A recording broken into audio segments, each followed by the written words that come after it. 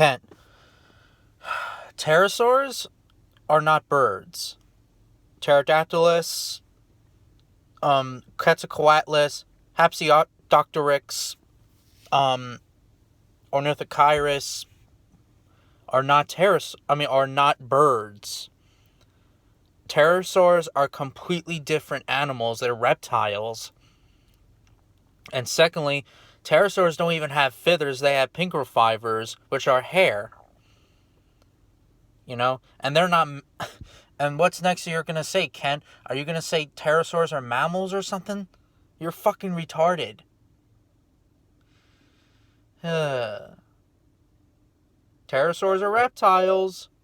Not fucking birds. Oh